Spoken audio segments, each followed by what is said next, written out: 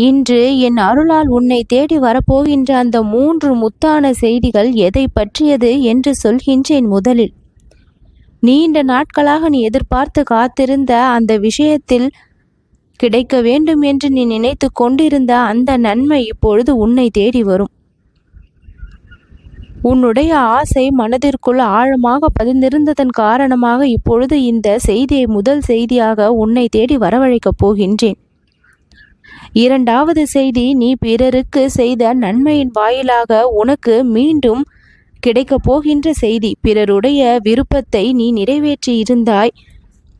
அதே விருப்பம் உன்னுடைய வாழ்க்கையில் நிறைவேறினால் எப்படி இருக்கும் என்று ஒரு கணம் யோசித்து பார்த்தாய். அந்த ஒரு கணத்தின் வாயிலாக உன் வாழ்க்கையில் நான் நுழைந்து அந்த அருளை இப்பொழுது கொடுத்து அதே இன்பத்தை உன் வாழ்க்கையில் நீ அனுபவிக்க நான் இப்பொழுது உனக்கான செயல் திட்டத்தை செய்து முடித்தேன். அதற்கான நற்பலனை நீ முக்கிய இரண்டாவது செய்தியாக பெற்றே தீருவாய்.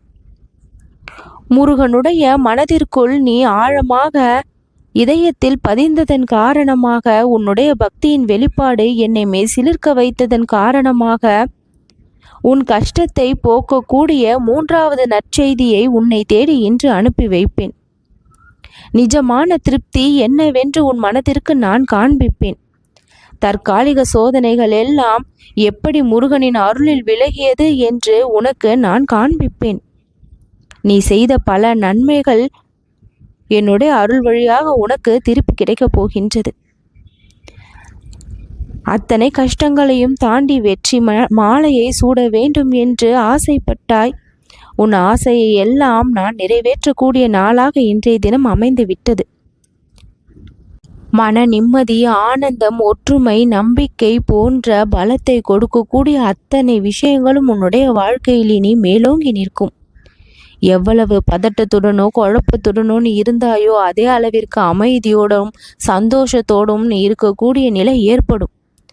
உன் உள்ளத்தில் அழகான அமைதி ஏற்பட்டு உன் வாழ்க்கை நல்ல திருப்பத்தையும் மாற்றத்தையும் இப்பொழுது காணும். முருகனின் பாதத்தை சரணடைந்த உன்னுடைய வேண்டுதல்கள் அத்தனையும் என்னால் எப்பொழுதும் மறக்கப்படாது. ஒவ்வொன்றாக ஒவ்வொரு சரியான நேரமாக பார்த்து நான் நிறைவேற்றி கொடுத்து கொண்டே இருப்பேன்.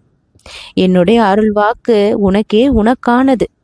பக்தர்கள் பலர் நினைப்பார்கள், முருகனுடைய அருளை பெற்றால் போதும் வாழ்க்கை அமோகமாக மாறிவிடும் என்று. அந்த நினைப்பு உனக்குள் வந்த அந்த நொடி முதலே உன் வாழ்க்கையில் நிறைந்து விட்டேன். புனித நேரமாக ஒவ்வொரு நேரத்தையும் மாற்றிவிட்டேன்.